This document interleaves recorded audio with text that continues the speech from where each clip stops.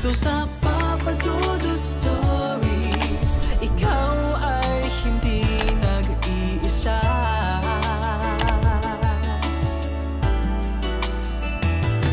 Dito sa Papa Dudut Stories, may nagmamahal sa'yo. Papa Dudut Stories.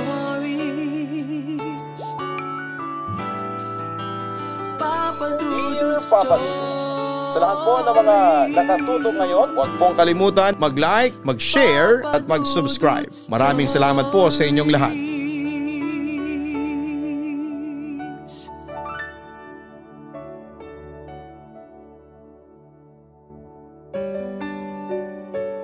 Magandang gabi po sa inyong lahat mga ka-online. Ako po ang inyong si Papa Dudut. Huwag kalimutan na mag-like, mag-share at mag-subscribe.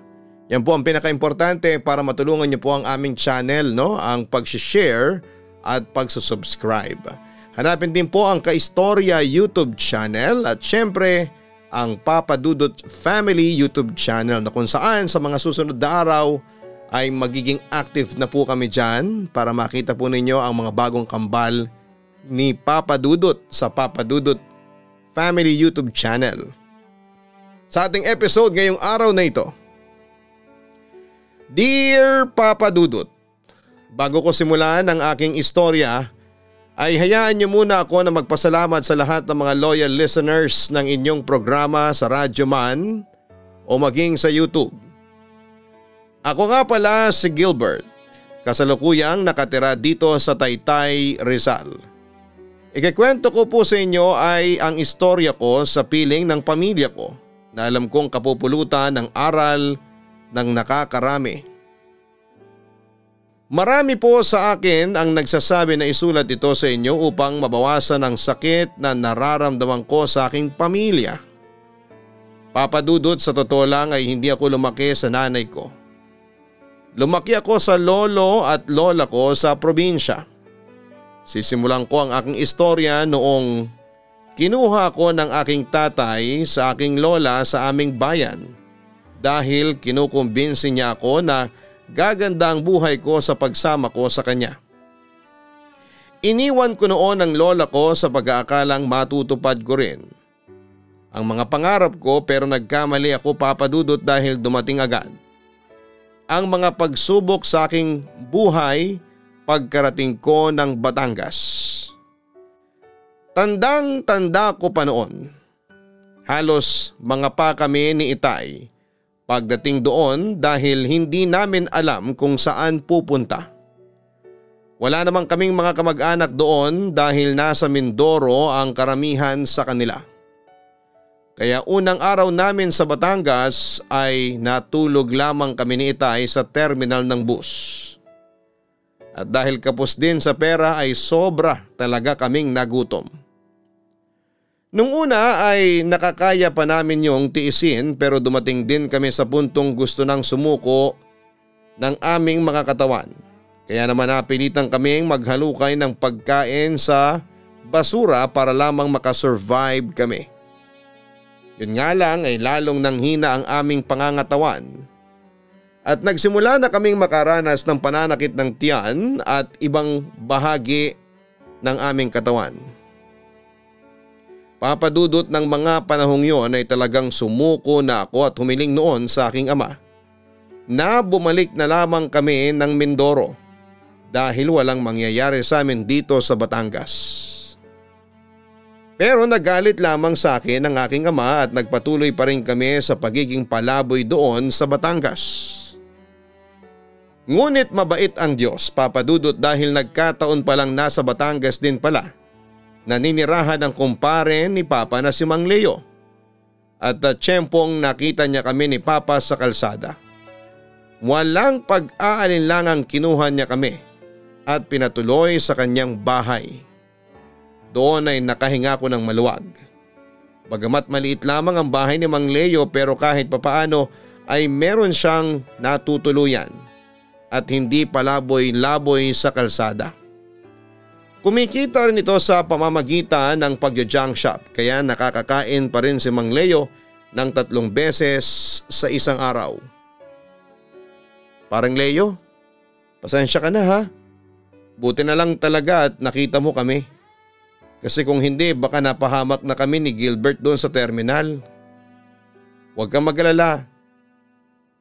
Makahanap lang ako ng trabaho dito babawi ako sa iyo.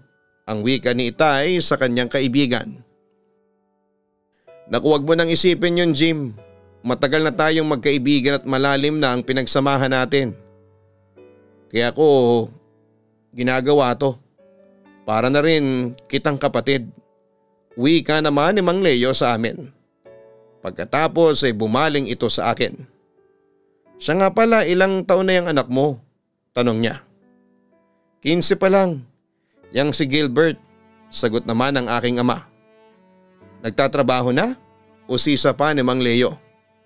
Naghahanap pa lang walang tumatanggap sa kanya. Tingnan mo naman masyadong malata. Natatawang wika pa ni Itay. Nakita ko naman ang umiti ang kumpare niya. Tamang-tama, naghahanap ako ng makakatulong sa junk shop ko. Baka naman po pwede siya. Suhestyon niya. Agad namang pumayag si Itay. Naku, pwedeng-pwede tong anak ko. Aniya. Itay, ano po bang gagawin ko doon? Tanong ko naman. Tumingin naman sa akin ang aking ama na para bang hindi makapaniwala na hindi ko alam ang trabaho sa isang junk shop. Ano pa, di magbobote dyaryo ka, mangangalakal ka ng basura. Ano po? May pagganon lang ang kong wika. Dahil totoo ang sinabi ni Itay na malata ako. Hikain kasi ako at madaling mahingalin kahit na payat ako. Huwag mong sabihin na umaangal ka. Kailangan mo magtrabaho. Insist sa akin ng Itay ko noon. Alam ko makakaya mo ang mga lakal ng basura. Simple lang naman ang gagawin mo. Pupunta ka sa mga kalsada at maghahanap ng mga basurang pwede pang ibenta.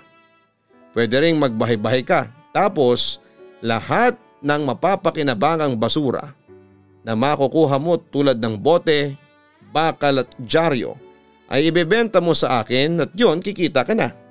Payo naman ni Mang Leo sa akin. Sa huli pumayag na rin akong magtrabaho sa junk shop ni Mang Leo bilang magbubote. Papadudot, naghirap ang buhay ko pagkatapos noon. Madalas akong hindi kumain at sobrang napabayaan ko noon ang sarili ko. Nakaranas din ako ng mga pangmamalupit sa mismong ama ko.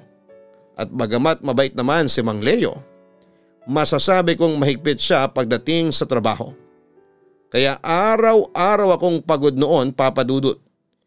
Pero tiniis ko ang lahat ng iyon at umasa pa rin ako na isang araw ay magbabago ang buhay ko. Sa kabilang banda naman ay hindi lahat ng kita ko ay ibinibigay ko sa aking ama. Nagtatago ako ng kahit kakaunting barya at iniipon ko yon para sa aking binabalak na pagtakas sa poder ng aking ama. Balak ko noon na bumalik ng Mindoro at tumira na lamang sa bahay ng aking lola. Siguradong magiging maganda ang buhay ko doon kumpara dito sa Batangas na parang walang katapusang paghihirap na ang nararanasan ko. Pero papadudot, isang gabi nagulat na lamang ako nang tawagin ako ni Itay pag uwi ko galing ng junk shop. Magpalit ka na ng damit. Aalis ka na rito. Utos niya sa akin. Siyempre nagtaka naman ako. Pero bakit po? Tanong ko naman sa kanya. Nang mga sandaling yon ay labis akong kinakabahan dahil baka meron siyang binabalak sa akin na alam kong hindi ko magugustuhan. Pupunta na tayo sa Maynila sa Caloocan. Dadalhin kita sa titalo mo. Sagot naman ni Itay sa akin. Napatingin na lamang ako kay Itay noon habang nag-iimpake ng aking mga gamit. Deep inside ay nakahinga ako ng maluwag. Dahil baka yun ang simula para magbago noon ang aking buhay. Hindi nagtagal ay nagpaalam din kami kay Mang Leo. Natatandaan kong nagbigay pa ito sa amin ng 500 piso pamasahe namin. Agad naman kaming nagpasalamat ni Itay sa kanyang kumpare. At pagkatapos noon ay umalis na kami at lumuwas papunta ng Caloocan City. Pagdating sa bahay ng aking tiyahin sa bagong baryo Caloocan City, nadatnang ko noon sina lolo, lola at ang nanay ko. Natuwa naman ako kasi akala ko talaga'y magiging maayos na ang aking buhay, Papa Dudut. Pero nagkamali ako dahil panibagong hirap noon ang dinanas ko. Hindi tumira doon si Itay dahil galit sa kanya si lolo. At ang nanay ko naman ay nagtatrabaho noon sa pabrika, kaya madalas itong wala sa bahay. At kapag wala si inay, minamaltrato ako ni lolo at palaging pinapwersang gumawa ng mga gawaing bahay. Pero ang kapalit ay ginugutom pa rin ako. Dahil doon, Papa Dudut, ay nagpasya akong maghanap ng trabaho. At dahil sa mga naranasan ko sa pagtatrabaho sa junk shop, kaya doon ako nagtrabaho noon sa kalapit na junk shop na pag-aari ng kaibigan ng lolo ko. Samantala makalipas ang 4 na buwan, simula nang tumira ako sa Caloocan ay dumating ang pagsubok noon sa aming buhay. Ako at ang lola ko lang ang naiwan noon sa bahay. At dahil kabataan ko noon ay umalis ako ng bahay at nagtungo noon sa computer shop para makipaglaro ng online games sa aking mga kaibigan. Pero Papa Dudut, nang umuwi ako sa bahay kinagabihan, naabutan kong nagkakagulo na doon sa bahay.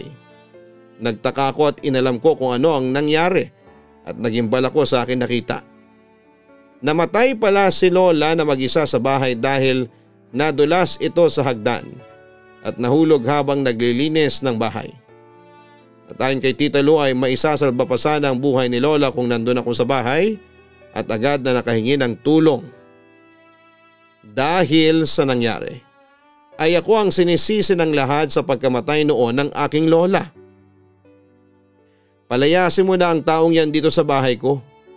Sigaw ni lolo habang pilit akong pinapalayas sa bahay. Walang kasalanan si Gilbert. Pagtatanggol sa akin ng aking ina. Anong wala? Kung hindi dahil sa katigasan ng ulo ng anak mo, edi sana buhay pa ang nanay mo. Pero walang silbi. Mas pinili pang lumabas para sumama sa barkada niya kaysa tulungan ng lola niya. Galit na wika ni lolo ng mga panahong yon. Lolo, sorry na po. Naiiyak kong paghingi ng paumanhin. Wala kang kwentang apo. Walang silbi. Pasakit ka lang sa amin. Galit na wika pa ni lolo sa akin habang dinuduro ako. Hindi niyo po pwedeng palayasin si Gilbert kasi wala na siyang matutuluyan. Wika naman ni Tita Lu. Maawa naman kayo sa apo ninyo. Dagdag pa niya. Lolo, patawarin niyo na po ako, pinagsisisihan ko na po ang lahat. Naiiyak na wika ko sa kanya. Nagmamakaawa na huwag akong paalisin ng bahay. Hindi kita mapapatawad. Hindi ko mapapatawad ang isang walang kwentang katulad mo. May pagdidiin na wika ni lolo sa akin. Habang buhay kitang kasusuklaman. Habang buhay mong pagsisisihan na nabuhay ka pa sa mundong ito. Tandaan mo yan. Lumayas ka dito, layas. Dagdag pa niya. Lolo, pakiusap. Dadalhin ko na po kayo sa kwarto ninyo. Wika naman ni Ate Peng, ang pinakamatanda sa mga pinsan ko. Pwede ba, Peng? Hindi ako aalis dito hanggat hindi umaalis ang salot na taong yan sa pamamahay ko. Dagdag pa ni lolo. Hayaan mo siya, Peng. Hayaan mo siya magpalaboy-laboy sa labas. Masira man ang buhay niya. Kahit na mamatay pa siya dyan sa labas ay wala na tayong pakialam. Dahil simulat sa pulpa lang walang kwentang tao na yung pinsan mo. Papa Dudut, napilitan akong umalis noon sa bahay ni lolo. Buti na lamang at nagpresenta noon si Ate Peng na patirahin ako sa kanyang bahay. Doon na rin tumira ang aking ina nang pati siya ay palayasin na rin ni lolo. Papa Dudut, sinikap kong huwag maging pabigat sa pamilya ni Ate Peng. Nagkatrabaho pa rin po ako sa umaga at sa hapon naman ay nag-aaral. Pero Papa Dudut, hindi naging madali ang lahat dahil nakaranas din ako ng pagmamaltrato hindi lang sa asawa ni Ate Peng kundi pati na rin mismo sa sarili kong ina. Akin ang kinita mo ngayong araw sa junk shop. Utos niya sa akin. Ganon ang ginawa sa akin ni mama. Kinukuha niya ang lahat ng perang kinikita ko. Pero ang masakla pa ay siya lamang ang nakikinabang. Ibinibili niya yon ng sarili niyang pagkain. Pero sa akin ay wala siyang pagkaing binibili. Dahil dito ay nagkautang-utang patuloy ako sa aking mga kaibigan sa junk shop. May nagpayo naman sa akin na huwag kong ibigay lahat ng kita ko kay inay. Kaso papadudot ng mapansin niyang lumiliit ang perang ibinibigay ko sa kanya ay kinakapkapan niya ako. Tuwing umuuwi ako galing sa trabaho. Teka, bakit ito lang ang ibinigay mong pera sa akin? Reklamo ni inay. Hindi ako naniniwala, may tinatago ka pa dyan sa bulsa mo. Dali, akin na. Wika pa niya habang kinakapkapan niya ang suot kong pantalon. Inay, nagsasabi po talaga ako ng totoo. Yan lang po talaga ang kinita ko. Depensa ko. Nagalit naman si inay sa sinabi ko. Ano? Eto lang ang ibibigay mo sa akin? Ano to, pambili ng fishball? Nagbibiro ka ba? Aniya. Maniwala po kayo sa akin inay, kaunti lang po ang sinahod ko. Hindi naman po palaging malaki ang sahod namin. Pangungumbinsi ko. Palagi ka na lang ganyan. Magbabayad pa ako ng kuryente at tubig tapos gastos pa natin sa pagkain. Tapos ito lang ang ibibigay mo. Anong klase kang anak ha? May panunumbat na wika niya sa akin. Pasensya na po talaga kayo inay. Yan lang po talaga ang nakayanan ko. Nagmamakaawa kong sabi kay inay.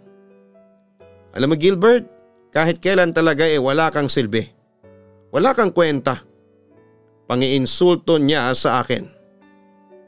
Inay naman. Nagpakahirap na nga po ako sa pagtatrabaho tapos ganyan pang sasabihin ninyo. Sa puntong yon ay napilitan na akong sumagot sa aking ina. Hindi naman yon nagustuhan ni inay kaya sinaktan na niya ako at kinaladkad palabas ng bahay. At kahit na malakas noon ang ulan ay walang pakialam si inay. Basta na lamang niya akong tinulak sa labas na siyang ikinatumba ko sa putikan. Umiyak ako noon at nagmamakawang papasukin niya sa loob pero nagmatigas si inay. Inayaan niya talaga akong mabasa ng ulan ilang oras bago dumating si Ate Peng at ang asawa niya. Na nagtataka kung ano ang ginagawa ko sa labas. Bakit yun naman po ginawa yun kay Gilbert? Kumpronta ni Ate Peng sa aking ina pagpasok namin sa bahay. Walang pakinabang walang silbi. Sukat akalain ba namang bigyan lamang ako ng barya sa sinahod niya? Kaya ayun, pinalayas ko. Bakit mo pa pinapasok yan? Galit na wika pa ni inay nang makita niyang pinapasok ako ng pinsang ko sa loob. Kung makatrato naman kayo kay Gilbert parang hindi niyo siya tunay na anak. Reklamo pa ni Ate Peng. Pero hindi na yon pinansin pa ni inay. Samantala ay inutusan na lamang ako ni Ate Peng na maligo at magpalit ng damit bago pa raw ako magkaroon ng sakit. Papadudot hindi ko talaga ine-expect na gano'n ang ugali ng nanay ko. Nung unang pagkakakilala ko sa kanya ay mabait, maunawain pero mali pala ang inakala ko. Dahil mas mahalaga sa kanya ang pera kesa sa akin na anak niya. Papadudot naging madalas ang pagkatalo namin ng nanay ko pero nanatili akong magalang sa kanya. Kesa lumala pa ang sitwasyon ay iniiyak ko na lamang ang lahat. Pero walang awa ang aking ina dahil madalas pa rin niya akong palayasin sa aming bahay. Samantala may dumating na pagsubok sa akin. Nawalan ako ng trabaho sa junk shop at doon nga ay mas tumindi pa ang pang-aapi sa akin ng sarili kong ina. Madalas niya akong alilain sa bahay tapos ay hindi pa niya ako pinapakain. Kaya namayat ako ng sobra at lalong nanghina ang aking pangangatawan. Ang bagal mo namang kumilos, reklamo pa ni inay sa akin matapos niya akong utusang maglinis ng buong bahay habang siya ay nakahilata lamang at nanonood ng noontime variety show. Heto na po inay, binibilisan ko na po ang pagkilos. Natataranta kong sabi noon sa kanya. Mabilis pa ba yan? Hay naku bata ka. Makupad ka na nga, wala ka pang silbi. Maghanap ka na ng trabaho, hindi yung ganyan ka. Ang wika pa niya sa akin. Bakit po inay nung may trabaho naman po ako ay nagbibigay ako sa inyo? Katwiran ko sa kanya na agad naman niyang kinontra. Dati yun Gilbert, hindi ngayon.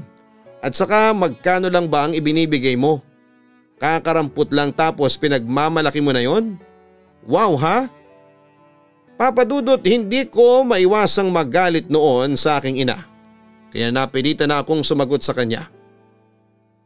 Huwag naman po sana kayong ganyan sa akin kasi may naitulong naman po ako sa inyo. Ang sabi ko.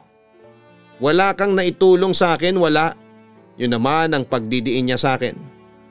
Teka inay, bakit po ba kayo ganyan sa akin? Tumutulong naman po ako sa inyo. Sagot ko. Pero agad yung kinontra ng aking magaling na ina. Tumutulong? Anong tulong ang naibibigay mo sa akin ha? Sa pagkakaalam ko wala. Alam mo Gilbert, sa totoo lang naiinis ako. Napakamalas ko kasi ikaw ang naging anak ko. Siguro nga'y nilawal kita sa sinapupunan ko pero kahit anong gawin ko hindi kita matratong anak. Kahit minsan, hindi kita minahal. At kung ako ang tatanungin ay wala akong pakialam kahit na mapariwara pa ang buhay mo. O kahit na mamatay ka pa. Hindi ako iiyak o malulungkot. Para sa akin ay hindi kita anak. Nanginginig naman ang buong katawan ko sa sinabing yon ni inay. Ni minsan pala ay hindi niya ako minahal at tinuring na anak. Bakit sukdulan ng galit niya sa akin? Ano bang kasalanan ko at ayaw niya akong mahalin bilang isang anak? Kakatwiran pa sana ako noon pero sinaktan na ako ni inay. Pinagbuhatan ng kamay. Papa Dudut, wala akong nagawa noong palayasin ako. Gusto kong magalit noon sa aking ina pero minabuti kong hindi na lamang siya sagutin dahil nanaig pa rin sa akin noon ang respeto sa kanya. Pero hindi ko talaga akalain na magagawa yon sa akin ng sarili kong ina. Papa Dudut, hindi ko talaga maitatanggi na masama ang loob ko sa kanya kasi wala namang dahilan para tratuhin niya ako ng ganon. Naniniwala ako na naging mabait naman akong anak sa kanya kaya walang rason para gawin niya sa akin yon. Sa kabilang banda ay naisipan kong pumunta sa aking tiyahin para doon pansamantalang magpalipas ng gabi. Ano bang nangyari at pinalayas ka ng nanay mo sa bahay ni Peng? Tanong sa akin ng aking tiyahin. Pinalayas po ako porket wala daw po akong trabaho. Sagot ko. Ganon ba? Baka naman kasi wala kang ginagawa sa inyo. Ang sabi pa ni tita sa akin. Naku tita, hindi po. Masipag po ako sa bahay. Pagdidiin ko. Alam mo, tumawag sa akin ang mama mo. Masama daw ang loob niya sa iyo. Ang sabi pa sa akin ng mama mo hindi ka raw nagbibigay sa kanya ng panggastos ninyo noong may trabaho ka. Kaya siya nagagalit sa iyo. Kwento pa niya. Na agad kong pinasinungalingan. Naku tita, hindi po totoo yon. Nagbibigay po ko kay inay ng pera noong may trabaho pa ako. Yun nga lang po ay aaminin ko na medyo may kaliitan nga po yun. Pero nagbibigay pa rin po ako. Hindi po ako nakakalimot sa mga obligasyon ko. Paliwanag ko. Mamayang kaunti ay tinanong ko naman sa aking tiyahin ang katanungang matagal ko nang dapat na tinanong. Tita, matanong ko lang po. Anak po ba talaga ako ni inay o ampon lang ako? Anak ka niya. Ako mismo ang isa sa mga nakasaksi nung pinanganak ka sa Kamadrona. Kwento pa ni tita sa akin. Kung ganun po bakit po ganun ang trato niya sa akin ni inay? Question ko. Kinausap mo na ba siya tungkol dyan? Usisa naman ni tita. Opo, sinabi po niya sa akin ng harapan na hindi niya ako mahal at pinagsisisihan niya na ako ang naging anak niya. Kwento ko naman at sa puntong yon ay hindi ko na maiwasang umiyak. Agad naman akong inalo ng aking tiyahin at sa puntong yon ay narealize ko na kahit papaano ay meron pa rin palang nagmamalasakit sa akin kahit na papaano. Samantala kinabukasan pagising ko ay narinig ko si tita na may kausap at walang iba kundi ang mama ko. Hindi muna ako bumaba noon at sa halip ay pinakinggan ko na lamang muna ang kanilang pag-uusap. Ano bang nangyayari sa iyo ha? Bakit mo naman pinagmalupitan si Gilbert? Tanong ni tita sa aking ina. Ewan ko ba? Hindi ko alam kung bakit mainit ang dugo ko dyan sa batang yan. Yun naman ang narinig kong tugon mula kay inay. Maawa ka naman sa anak mo. Sobra-sobra na ang pagdurusang inaabot niya sa iyo. At saka hindi naman magandang katwiran na kaya mo siya minamaltrato dahil sa gusto mo lang. Nasaan ang hustisya doon? Kung kaya mong pakitaan ng mabuti ang iba mo pang mga anak, bakit hindi mo gawin kay Gilbert? Payo naman ni tita sa kanya. Nagbuntong hininga na lamang noon ang aking ina. Nagpatuloy naman si tita. Ina ka at sa pagkakaalam ko'y walang ina ang magiging sukdula ng pagkamuhi sa kanyang anak. Lalo na't kung wala namang kasalanan sa iyo. Kung yung iba nga dyan walang hiyang anak pero napapatawad pa ng mga magulang nila. Bakit hindi mo gawin yon kay Gilbert na wala namang ginagawang masama sa iyo? Tama na, pakiusap, aniya. Pagkatapos noon ay narinig kong tinawag na ako ni tita.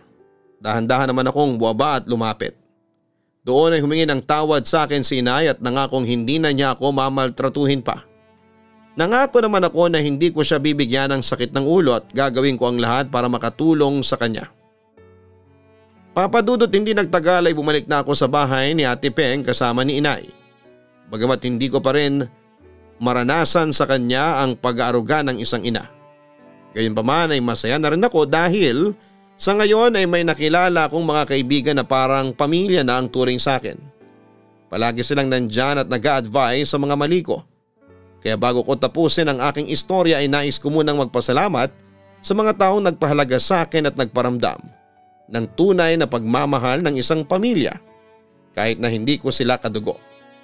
Kina Nanay Esti, Tatay Joseph, Ray Angelo, kay Rem, kay Ate Cindy, kay Ate Joy, Ate Jane at sa lahat ng mga True Friends Group at ang tropang Yahoo.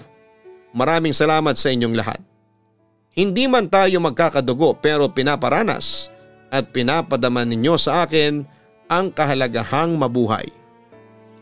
Papadudot sa totoo lang habang tinatype ko ito ay hindi ko mapigilang umiyak.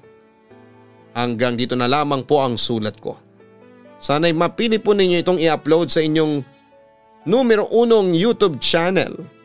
Hindi ko alam kung mapapakinggan ko pa ito sa YouTube pero umaasa ako na sa pamamagitan ng sulat ko, maipahatid ko sa pamilya ko lalo na sa nanay ko na kahit puro pagmamaltrato at pang-aapi ang inaabot ko sa inyo ay wala akong hinanakit sa inyo. Pinatawad ko na kayo at kahit na hindi ninyo ako minahal, ay mahal ko pa rin kayo. Muli salamat Papa Dudut at hindi ko po kayo makakalimutan. Lubos na nagpapasalamat, Gilbert.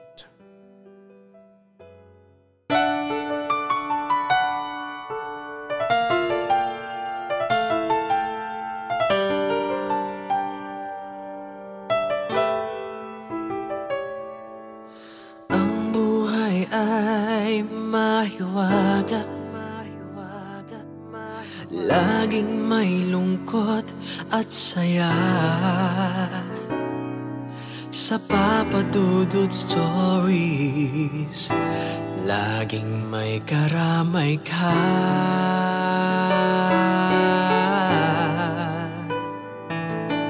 Mga problemang kay bigat, dito ay pakikinggan ka. Sa Papa Dudut Stories, kami ay iyong kasama. Dito sa Papa Dudut Stories, ikaw ay hindi nag-iisa.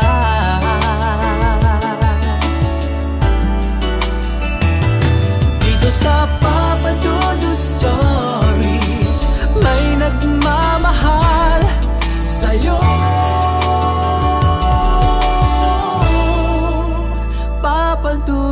Stories. Papa Dudut Stories.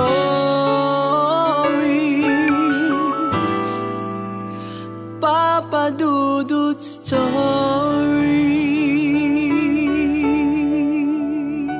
Hello mga ka-online, ako po ang inyong si Papa Dudut. Huwag kalimutan na mag-like, mag-share at mag-subscribe. Pindutin ang notification bell para mas maraming video ang mapanood ninyo. Maraming salamat po sa inyong walang sawang pagtitiwala.